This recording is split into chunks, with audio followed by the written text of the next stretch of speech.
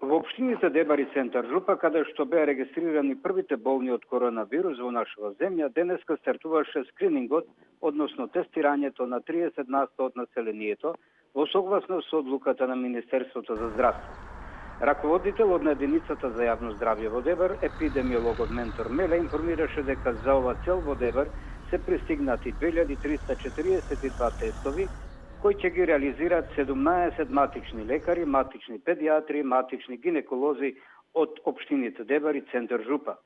Меле нагласи дека тестирањето ќе се врши во 4 категории за возрастни, и тоа од 0 до 4 години, од 5 до 14 години, од 25 до 64 години, како и категоријата на лица над 65 години. Инаку, одржана е средба со матичните лекари и е ветено дека ова активност ќе се реализира многу брзо. Запрашан во врска со состојбата со болните, Мелја изјави дека од купно 51 болен, од кои 4 се починати, над 90% од болните се излекувани.